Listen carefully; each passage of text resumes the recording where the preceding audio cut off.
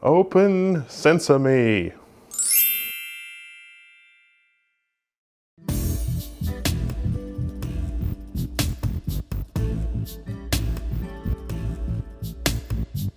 SenseMI. I feel like I'm kind of holding Yorick's skull. It's like, oh, alas, poor Yorick. I knew him, Horatio. Yeah, no, SenseMI. SenseMI is the thing. It's the smarts that this CPU has. The Ryzen 7 2700X. It's an improvement over the SenseMI that was in the first gen Ryzen, so it's in the 2000 series Zen Plus CPUs from AMD. And SenseMI is the smarts of the CPU that gives it the ability to, sort of right size its power and thermal and performance situation so that it runs really well no matter what the current scenario is.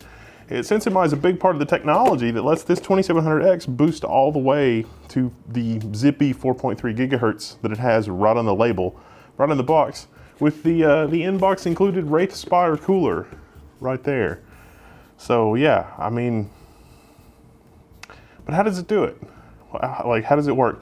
Well, to understand that, you have to understand Precision Boost 2. And Precision Boost 2 is really, they probably shouldn't have called it Precision Boost 2 because it works completely differently. Well, it's similar in the idea of what it does, but the implementation is quite a bit different between Precision Boost on first gen Ryzen chips and Precision Boost on the second generation CPUs. It has a much more granular approach to speeds.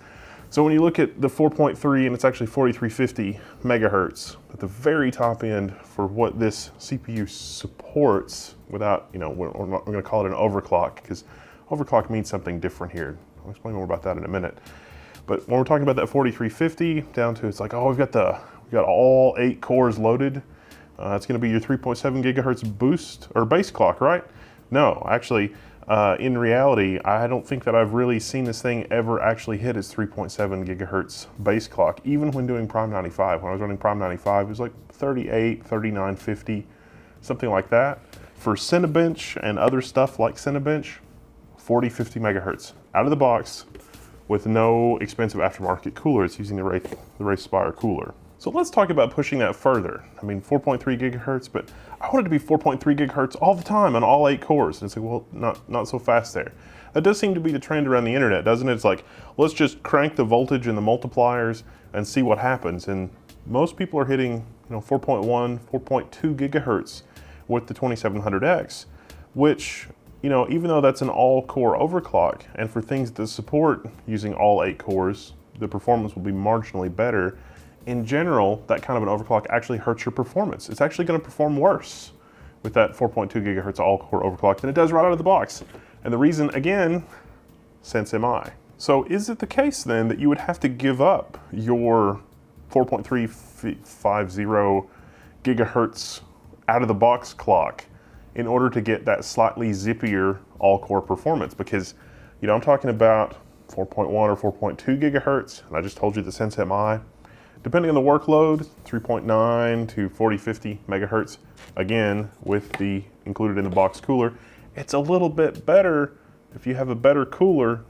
Is it better enough to warrant buying an expensive cooler? I don't think so. I mean, but that's really a testament to how good the Wraithspire cooler is, more than, the CPU is not really super overclockable, because 3.7 gigahertz is your base clock, remember, and most of the time it's just giving you that other 500 megahertz in most scenarios. So that's pretty good. You don't have to do anything, it just does it. Now with a good cooler, I've been able to hit as high as 4.5 gigahertz, putting SenseMI to work for me, messing with the base clock, doing lots of terrible things under the hood. I don't know that that's a typical result, at least not yet. I think AMD's got some room to make some software improvements, but 4.4 gigahertz, yeah, I think you could do that. I think you could get the 4.3, 4.4 gigahertz overclock and like a 4.1 to 4.2 gigahertz all-core overclock without giving up that 4350 boost, so that you get a pretty good single-core performance. And as you're doing this kind of testing, you should run some quick and easy utility. Like, you don't have to run Cinebench. I mean, Cinebench just takes too long to just get a baseline of, did I make it worse?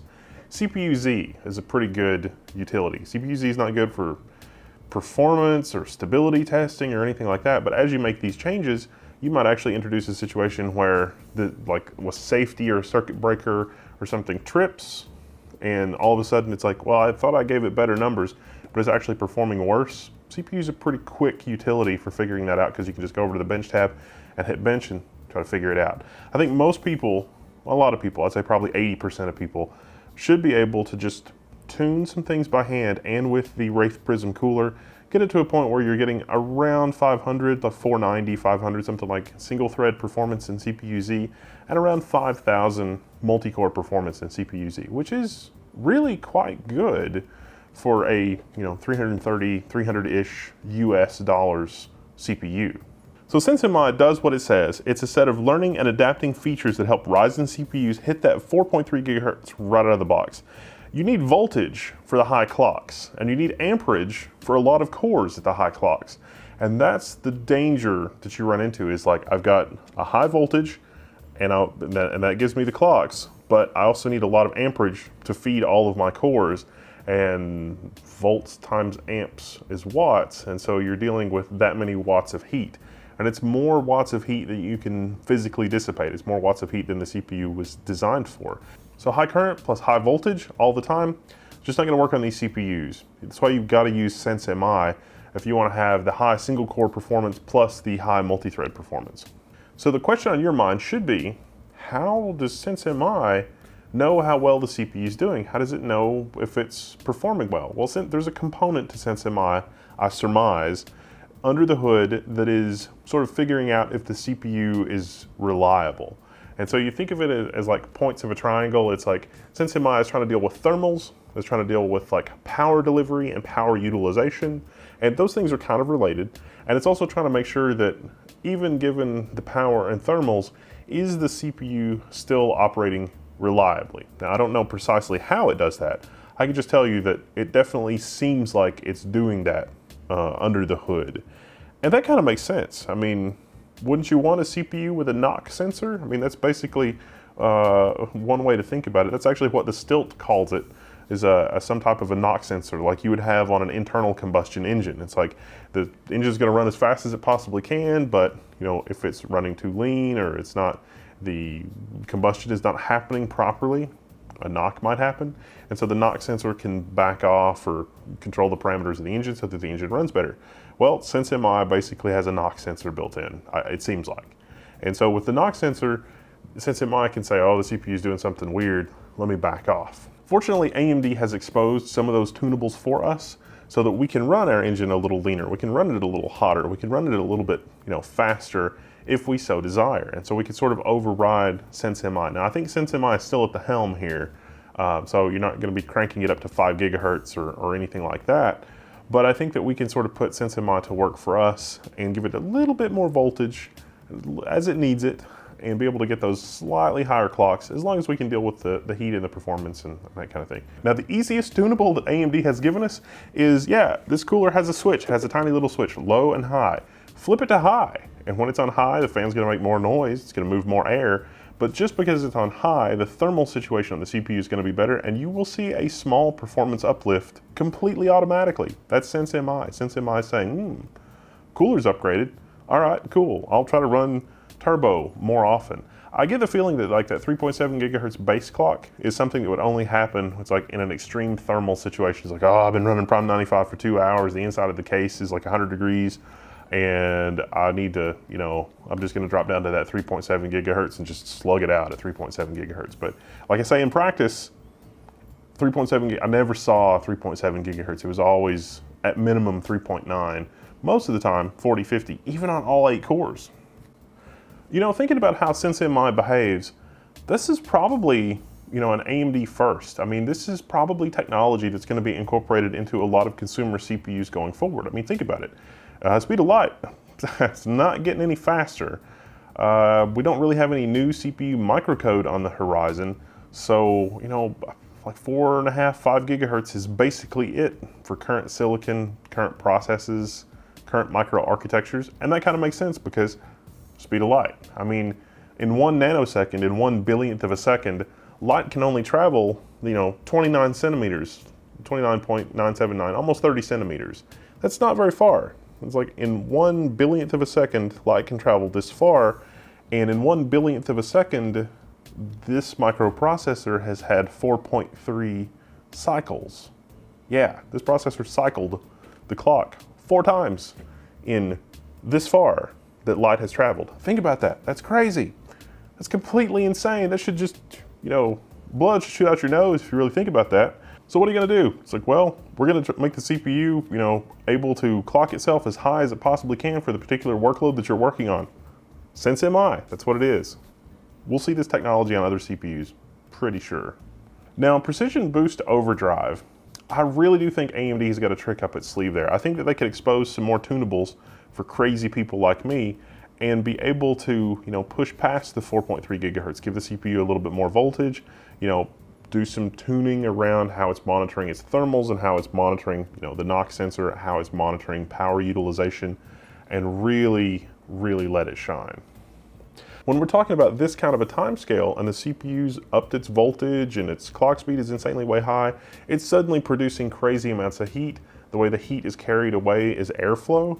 Well, on that kind of a time scale, the flow of air is about like the flow of molasses running down the side of a jar on a cold Canadian morning. So it's not going to carry a lot of heat away really quickly because the airflow is what does it. And so that's why that it works the way that it does, why the mechanism of SenseMI is trying to give you some thermal overhead. And it does a pretty good job with that.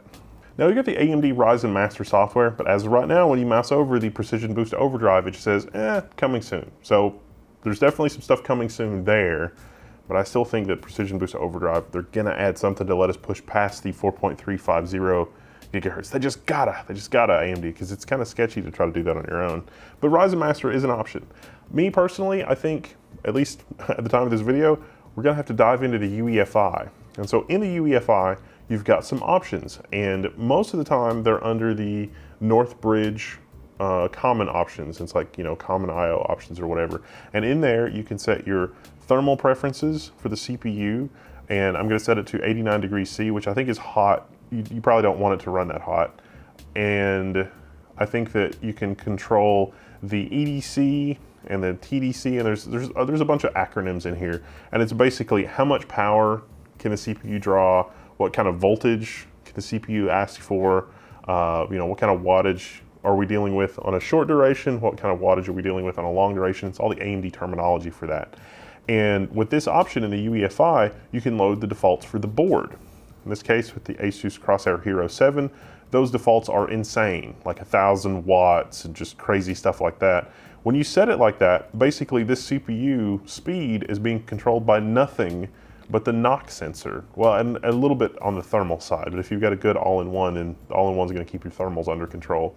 So this CPU is just gonna go as nuts as it possibly can, except for the knock sensor. The knock sensor is gonna basically control everything. And so in doing that, nothing else, even on the Wraith Prism cooler in high, we're getting over 5,000 in CPU-Z.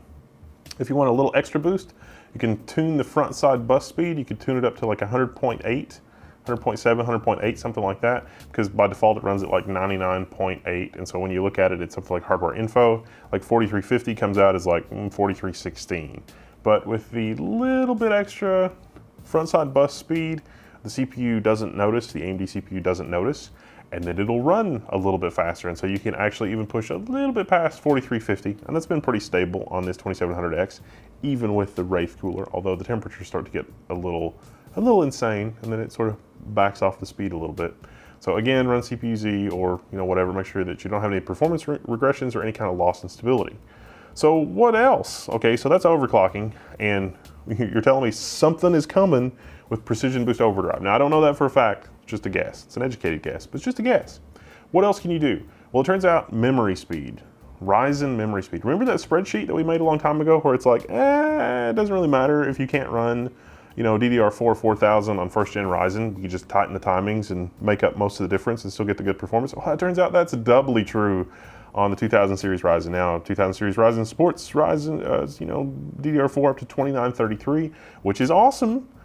But we've got DDR4 4000, so how can we, what can we expect Just give it to me straight. What can we expect? Well, remember the Anantech benchmarks with things like Rise of the Tomb Raider, and at 2933, the Anantech benchmarks for the 2700X were just, you know, really good, neck and neck with Intel. And some of that's down to the HEDT timing thing, because the Intel benchmarks that they had were something. I'm not talking about the Intel benchmarks. Don't, you know, it's like, look at the dancing monkey. It's like, no, we're not talking about the Intel benchmarks. I don't care about the Intel benchmarks. I know about the HEDT thing, and we're not talking about that. The performance was really good with Rise of the Tomb Raider and a bunch of other games. That's what I'm talking about. So we can even get better scores than that at 2933 with insanely tight memory timings. Yeah, our DDR4 4000, we can run with, you know, like 12, 12, 12, 24 timings, which is really pushing it a little bit, even for DDR4 4000, on this motherboard at 2933. And those really tight timings help us have that much more performance. Unlike Intel, you know, you get some pretty significant performance gains from doing that. And in doing that, you can go from a score in Firestrike with the Founders Edition 1080 Ti running at stock of about 19,000, and I think that's what most of the people have come up with in benchmarks around the internet. You go from about 19,000 to like 21.9, 22,000, 22.1, something like that, which is nothing to sneeze at. That's a really good Firestrike score for what is kind of sorta an overclocked, but not exactly really overclocked CPU. I mean, it's kind of supported 4.3 gigahertz on the sticker, but kind of not, because we're, you know, got the disclaimer in the UEFI that's like, warranty void if you blah, blah, blah. And the warranty void stuff, it's kind of ambiguous. I really think AMD should come out with an insurance policy where it's like, you know what, give us your serial number and $20, and one time you do something horrible to your CPU, we'll replace it. Probably want to do another video on the memory timings too, because, you know, fixing the memory timings, you can gain as much or more performance as you can finagling with the, you know, the knobs that go into Precision Boost Overdrive and XFR2. So it might be worthy of another video, not real sure. If you like this type of work or this type of video, or you're new to Level 1, welcome. I'm Wendell. You can usually find me in the Level 1 forums. Should consider supporting us on Patreon, hitting subscribe, doing the bell, like or dislike or whatever, because engagement, I don't know. But yeah, I'm gonna go hang out in the Level 1 forums now. I'm signing out, and I'll see you there.